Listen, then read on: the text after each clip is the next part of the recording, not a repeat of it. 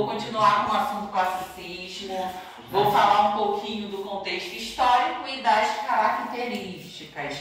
Na última aula a gente viu aí uma introdução. Relembrando, classicismo também pode ser chamado de renascimento, ok? O que é renascimento?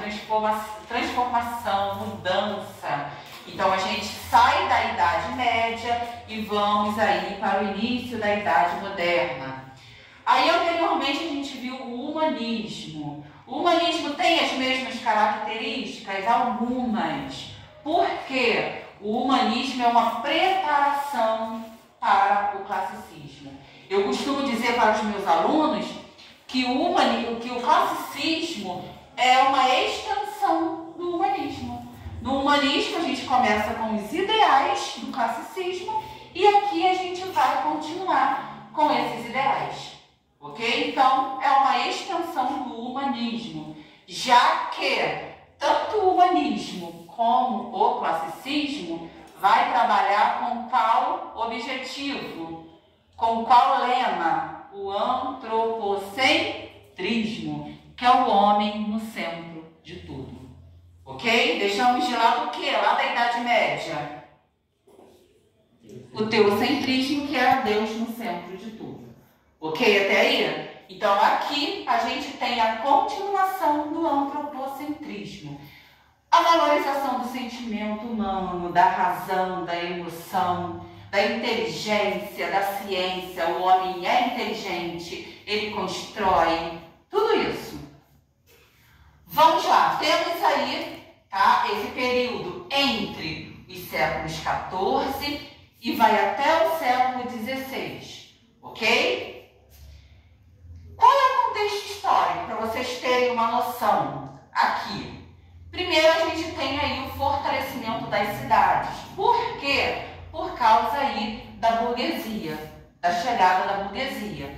Aí até aqui eu coloquei para vocês um pouquinho que essa chegada, né, faz com que a gente tenha um grande avanço com relação à ciência, aos produtos, às vendas. Então, até vou ler, que eu achei importante, esse trechinho aqui para vocês do contexto histórico que está aqui no livro.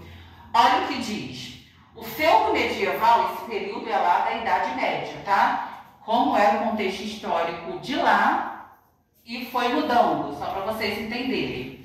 O feudo medieval era um território autossuficiente, produzia o necessário para a subsistência de seus habitantes, gerando poucos excedentes comercializáveis.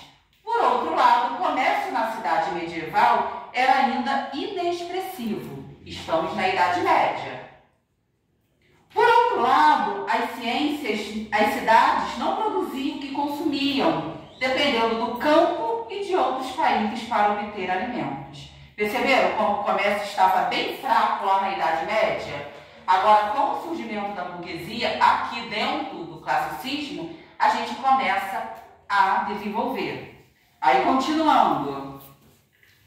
O crescimento das atividades comerciais gerou, por sua vez, a necessidade de implantação de moedas para viabilizar as trocas mercantis em grande escala e deu origem ao surgimento de um sistema bancário que gerenciava o fluxo de moeda e financiava as atividades mercantis.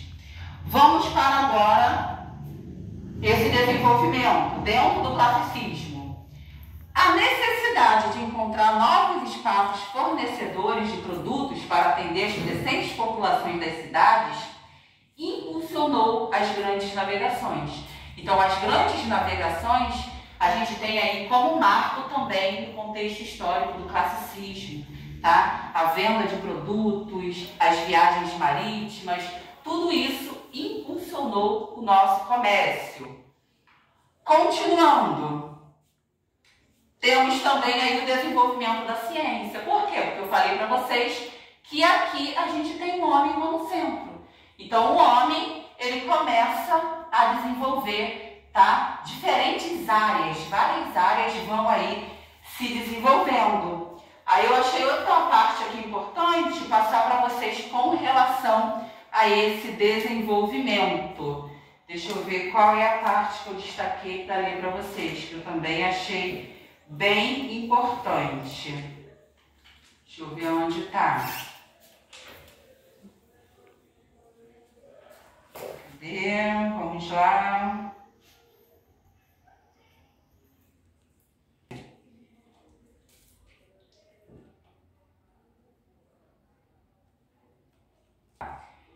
A necessidade de encontrar novos espaços fornecedores, conforme eu já li, de produtos para atender as crescentes populações da cidade, impulsionou as grandes navegações. Aí eu falei da ciência, que começou a crescer, e coloquei aqui também, que eu destaquei, a respeito dos mecenas. Nessa época, o que tínhamos aqui? O poder ainda estava com os reis, com as rainhas. Então, nesse período, muita gente ainda não sabia ler, infelizmente. Tá? Por quê? Porque quem sabia ler na época ainda eram as pessoas da alta, que eram chamados aí de mecenas, bancários, eles que compravam aí as pinturas. Tá? Então, infelizmente, ó, a gente tem aqui, olha, nobres, autoridades da corte, banqueiros, comerciantes. Esses eram os mecenas, que eram as pessoas aí que tinham poder na época. Então, nesse período, infelizmente, a literatura ela não sofreu assim um grande avanço. Por quê? Porque a literatura era voltada para as pessoas que tinham aí um poder aquisitivo. Tá? Então, nesse momento, a gente não tem livros. Temos textos em prosa? Sim, mas não temos livros, porque ainda não havia essa parte editorial, tá? De lançar aí o livro naquele período. Então, a maioria dos textos eram crônicas, poesias, nesse sentido. Tá? Isso é importante. Vamos lá para as características do classicismo. Primeiro, temos a imitação dos autores clássicos. Então, há uma imitação aí dos modelos da Grécia e dos modelos também de Roma. Tá? Temos também o uso da mitologia. Gente, a maioria dos quadros da época clássica trabalham aí com a mitologia. Isso aí é fundamental. Com os deuses, o uso das musas como inspiração dos poetas. Com relação à pintura, ainda tínhamos muita relação com a religião. Tá? Tinha muitas pinturas relacionadas com Jesus Cristo, com a Virgem Maria. Ainda temos essa correlação lá da época medieval. Tá? Temos aí o racionalismo, que é uma das principais características do classicismo.